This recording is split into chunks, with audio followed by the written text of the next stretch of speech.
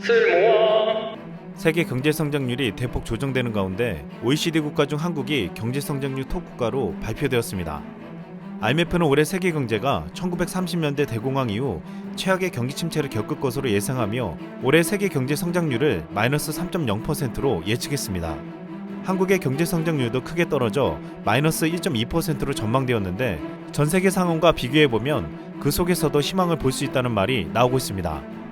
OECD 36개 회원국은 모두 더 큰 폭으로 떨어지는 마이너스 성장이 전망되었습니다. 일본은 마이너스 5.2%로 7위, 미국은 마이너스 5.9%로 8위, 영국과 덴마크, 체코가 마이너스 6.5%로 공동 15위, 독일과 오스트리아가 마이너스 7.0%로 공동 23위, 프랑스가 마이너스 7.2%로 25위를 기록했습니다. 이 와중에 대한민국은 올해 OECD 국가 성장률 전망치 비교에서 마이너스 1.2%로 가장 높은 성장률이 예견된 것입니다. IMF가 한국의 경제적 피해가 가장 적을 것이라고 말하는 이유가 있었습니다. IMF는 대한민국은 감염병 억제를 위한 전방위적인 접근과 신속한 경기 대응 정책으로 국내 경기에 미치는 부정적 영향을 완화했다고 평가했습니다.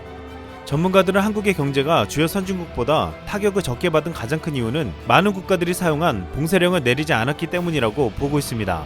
초기 한국도 봉쇄령을 내려야 한다는 목소리가 강하게 나왔지만 한국은 개방적인 정책으로 경제활동을 유지하면서도 빠르고 신속한 검사와 격리 조치로 인해 감염병 확산을 효과적으로 막았습니다. 여기에는 방역당국의 지침을 따라준 시민들과 의료진과 봉사자들의 헌신이 있었습니다. 반면 봉쇄령을 시행한 많은 유럽 국가들은 시간이 갈수록 막대한 피해를 입고 있고 지금 출구 전략을 모색하며 우왕좌왕하고 있습니다.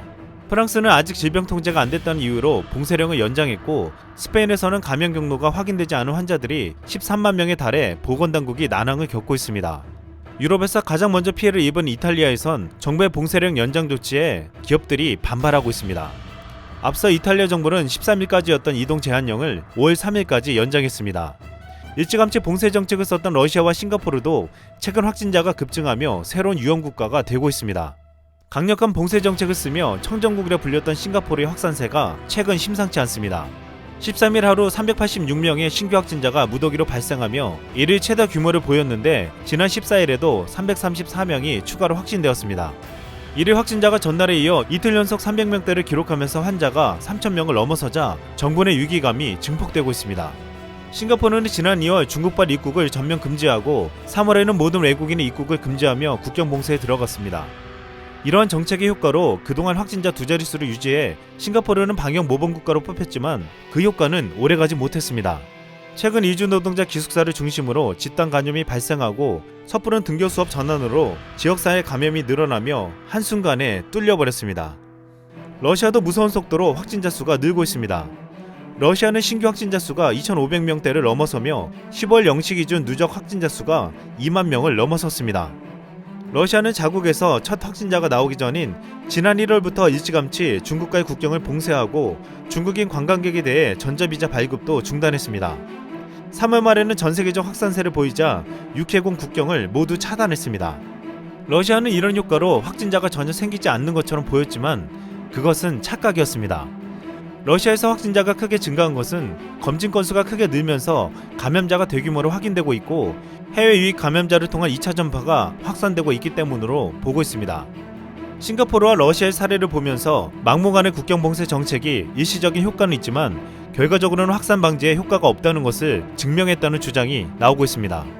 또한 현재 확진자 수가 61만 명이 넘은 미국은 최악의 상황을 맞고 있습니다.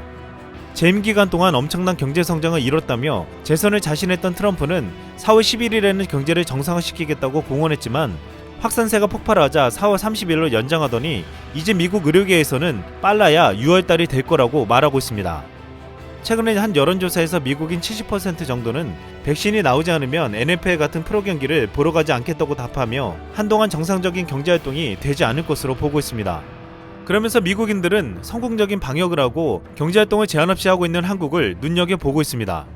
심지어 미국인들은 지난 2월에 한국이 기생충으로 오스카상을 받는 것보다 지금 감염병에 대처하는 한국의 모습이 더 놀랍다며 극찬하고 있다는 보도까지 나왔습니다.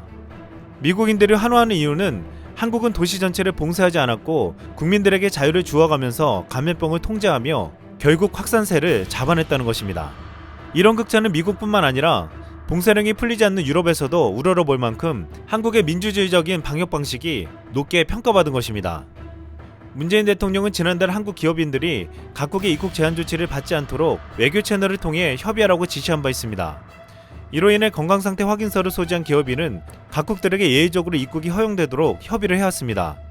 방역 모범국이라 불리는 한국을 신뢰하고 한국 기업인들의 입국을 예외적으로 허용하는 나라들도 있었지만 대부분 봉쇄한 국가들은 한국의 진단키트 등 의료물자를 요청하면서 한국 교민들의 귀국을 도왔으며 필수적인 경제활동을 해야 하는 인력들이 들어갈 수 있게 해주었습니다. 문재인 대통령은 G20 정상회의와 아세안 플러스 3국 정상과한 하상회의에서 앞장서서 경제 분야 부정적 역량 최소화를 위한 글로벌 공급망 유지와 필수적인 인적 교류 및 이동을 보장하자고 요청했습니다. 전세계 국가들이 감염병이 모든 경제의 문을 닫고 있을 때 한국은 감염병 확산을 막으면서도 경제활동을 할 수 있는 방법을 결과로 보여주고 있습니다. 지금 많은 국가의 국민들의 입에서는 감염병도 두렵지만 더욱 두려운 것은 먹고 사는 문제라고 말하고 있습니다. 이런 가운데 전세계 주목을 받는 한국은 지금 방역과 경제를 동시에 놓치지 않는 놀라운 모습을 보여주고 있습니다. 한국은 감염병 사태에서 전세계 경제회복의 해법을 제시하며 이후 가장 빨리 경제회복이 될 거라고 평가받는 동시에 새로운 시대의 리더가 될 준비를 하고 있습니다. 이상 쓸멍이었습니다.